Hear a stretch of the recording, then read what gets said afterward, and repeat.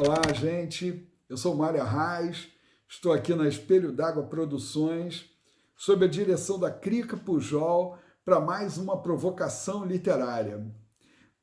Quem já vem acompanhando aí o nosso bate-papo periódico sabe que a órbita temática dessa nossa conversa é a da relação entre a produção literária, a literatura e a cidade. E não é uma cidade qualquer, é a cidade do Rio de Janeiro.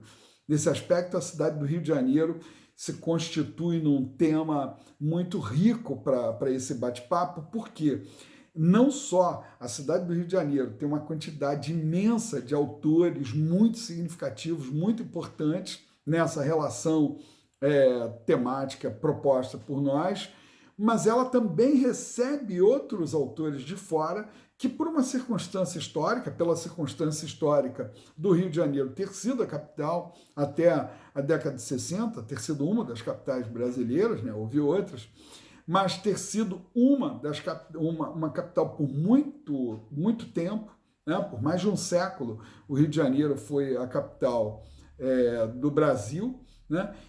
Portanto, por isso acabou herdando, né, uma quantidade muito significativa de autores de outros estados, naturais de outros estados, e que acabaram estabelecendo, não é só porque se estabeleceram aqui e viveram aqui, não é isso. Acabaram utilizando o Rio de Janeiro como um dos temas relevantes de suas respectivas obras. É o que aconteceu, por exemplo, com José de Alencar, cearense, né? E que, por exemplo, todo o ciclo de romances de costumes, os perfis femininos de José de Alencar tematizam ali a corte, o centro do Rio, a Rua do Ouvidor e tal, todas essas cenas bem características da nossa cidade. Depois a Luísa Azevedo, por exemplo, maranhense, que vai escrever O Cortiço,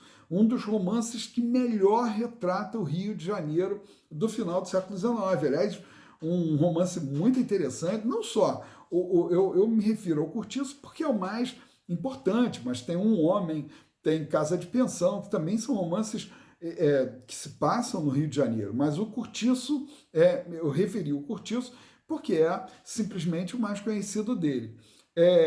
E é interessante, o Cortiço mostra, né, ele se passa em Botafogo. É muito interessante nós utilizarmos essa literatura do século XIX, início do século XX, para perceber essas transformações orgânicas que vão se dando na própria cidade. Né?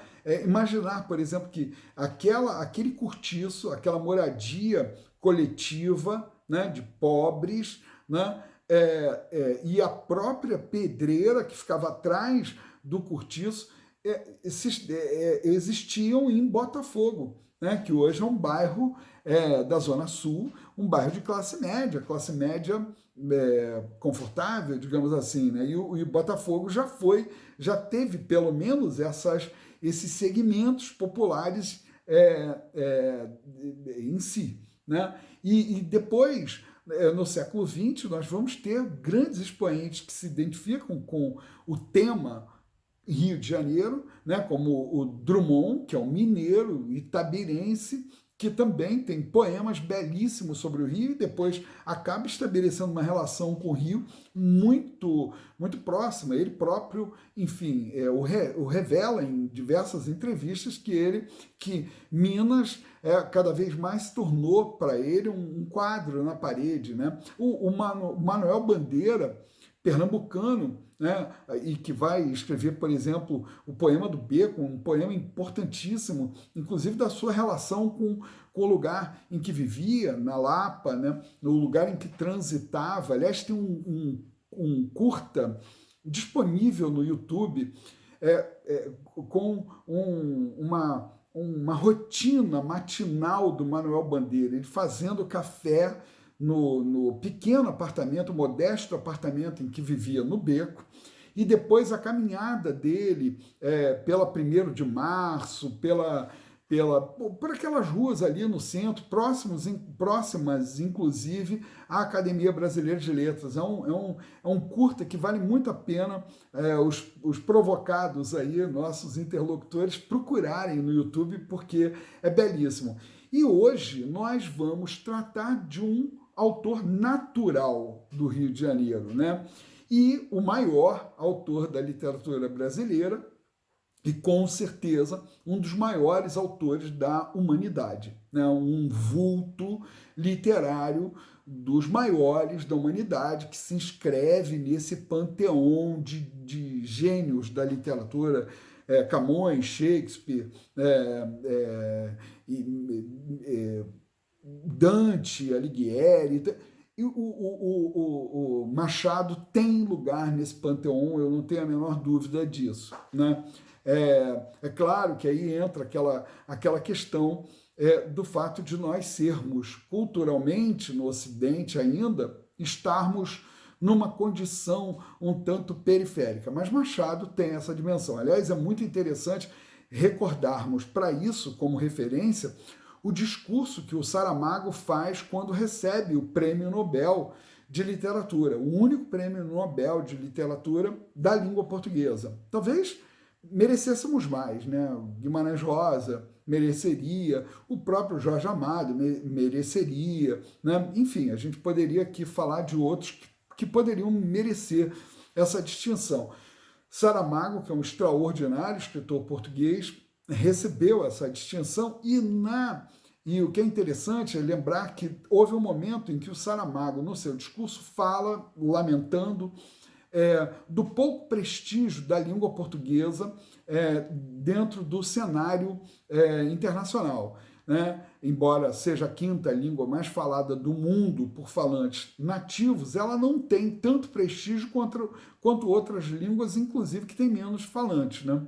E o Saramago lamentava isso. Aliás, esse é um pleito que Portugal, Brasil, certa feita até também fez parte desse pleito. Hoje em dia, a política internacional brasileira irrelevou isso e nós saímos dessa briga que Portugal continua levando na ponta das lanças, que é a luta para que a língua portuguesa seja uma das línguas oficiais da ONU, né? Hoje, inclusive, o premier da ONU é o português Antônio Guterres, então é um belíssimo momento para que nós façamos essa pressão, né?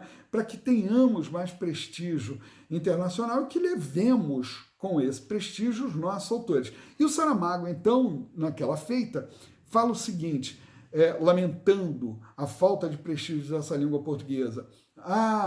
Os europeus, por exemplo, não conhecem como deveriam Machado de Assis. E ele fala, que pena dos europeus, lamento pelos europeus.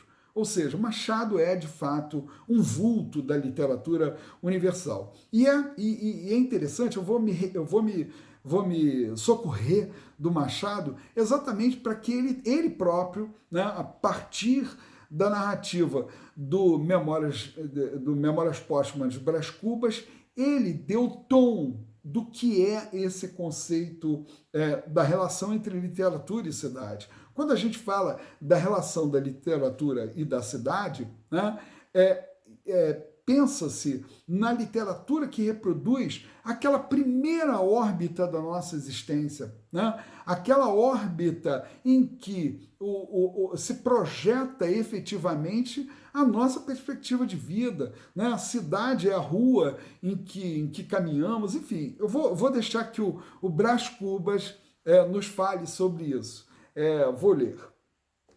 Então o Brás Cubas, quando volta da Itália, de Veneza, né, por conta da doença e do padecimento da mãe, ele fala assim: vim, não nego que ao avistar a cidade natal tive uma sensação nova.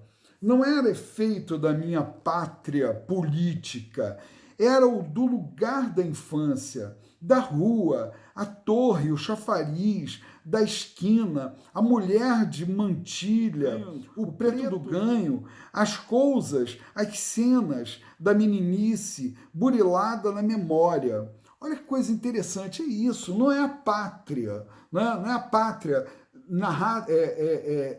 cantada poeticamente pelos ufanistas românticos, né? A pátria de que...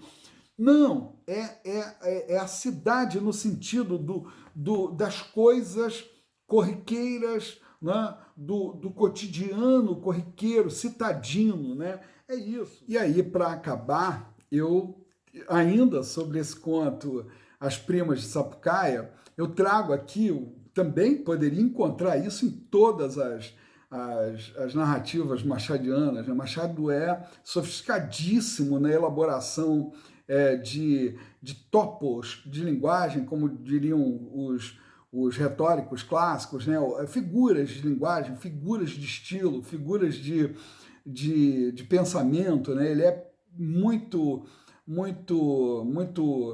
fecundo na elaboração desses efeitos estilísticos, né? E eu não poderia deixar de mencionar, quer dizer, na verdade vou até mencionar mais um, né? Tem um conto dele que eu também adoro, que eu acho espetacular, que é o Singular Ocorrência. Eu sempre narro isso para os meus alunos, né? O Singular Ocorrência é um conto em que dois homens conversam sobre uma mulher que vem passando, e um deles, obviamente, a conhece. Então tem um momento que o curioso pergunta, ela é casada? E o outro, assim, assim, deve chamar-se hoje Dona Maria de Tal, mas florescia em 1860 com um nome familiar de Marocas. Não era costureira, nem proprietária, nem mestra de meninas. Vá excluindo as profissões e lá chegarás. Essa construção, né, de um diálogo indutivo-dedutivo dessa natureza são Machado, né? Porque ele estende, né, a condição dessa mulher, né? Afinal, que condição era essa? E é um processo por exclusão. Ela não era costureira, não era proprietária, não era costureira, não era mestra de meninas, que eram as profissões, afinal, aceitáveis para as mulheres à época, né? Enfim, fiz essa parte aqui com o conto Singular Ocorrência, né? Que é uma parte que eu também amo do Machado e não poderia deixar de mencionar, mas volto ao conto As Primas de Sapucaí. Tem uma pequena passagem que vale a pena ler para a gente se despedir, para eu não me estender mais, para isso aqui não parecer uma aula chata de literatura, né? Olha essa passagem deliciosa, né? Ele diz assim: entretanto nada, desci a rua sem achar o menor vestígio da minha incógnita. Felizes os cães, que pelo faro dão com os amigos. Quem sabe se não estaria ali bem perto, no interior de alguma casa, talvez a própria casa dela. Lembrou-me indagar, mas quem e como? Um padeiro encostado a um portal espiava-me. Algumas mulheres faziam a mesma coisa enfiando os olhos pelos postigos. Naturalmente desconfiavam do transeunte, do andar vagaroso ou apressado, do olhar inquiridor, do gesto inquieto. Deixei-me ir até a Câmara dos Deputados e parei uns 5 minutos sem saber que fizesse. Era perto do meio-dia. Esperei mais 10 minutos, depois mais 5 parado, com a esperança de vê-la. Afinal, desesperei e fui almoçar. Olha que coisa extraordinária, né? Aquilo que é óbvio que nós não notamos sempre, né? A construção da palavra desesperar, né? Daquelas coisas que sabemos, mas que não observamos sempre, né? Então, desesperar no sentido de deixar de esperar. É muito interessante isso, né? Esperei 10 minutos, depois esperei mais 5 e depois desesperei. E aqui, inclusive, tem uma marca de oralidade também, que eu não sei se também é uma questão de edição, mas tem uma marca que era uma dessas marcas de oralidade que o Machado gostava de colocar em seus diálogos e que depois eram muito criticados pelos críticos mais rigorosos da época, né? Os literatos mais ciosos, né, caretas daquela época, né, Afrânio Peixoto, Coelho Neto, então criticavam, né, o Machado por exemplo, uma passagem como essa, né? Alguma casa, talvez a própria casa dela, né? Quer dizer, uma construção com esse pronome dela que poderia ter sido substituído, né? Por um estilo mais cuidadoso, caso não fosse um diálogo, caso não fosse uma marca de oralidade, caso não fosse um esforço do Machado de reproduzir um diálogo mais próximo do que o diálogo de fato era. Isso também isso não é invenção do Machado. Os próprios românticos já também ousavam no sentido de reproduzir aspectos da oralidade na escrita literária. Foi um prazer imenso falar com vocês, acho até que me alonguei um pouco e até a próxima.